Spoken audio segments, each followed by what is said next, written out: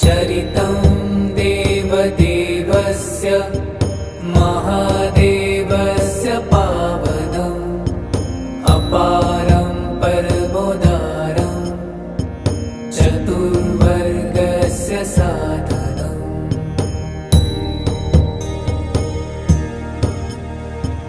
गौरीविनायकोपेतं पञ्चवक्त्रं त्रिनेत्रकम् शिवं ध्यात्वा दशभुजं शिवरक्षां पठेत्।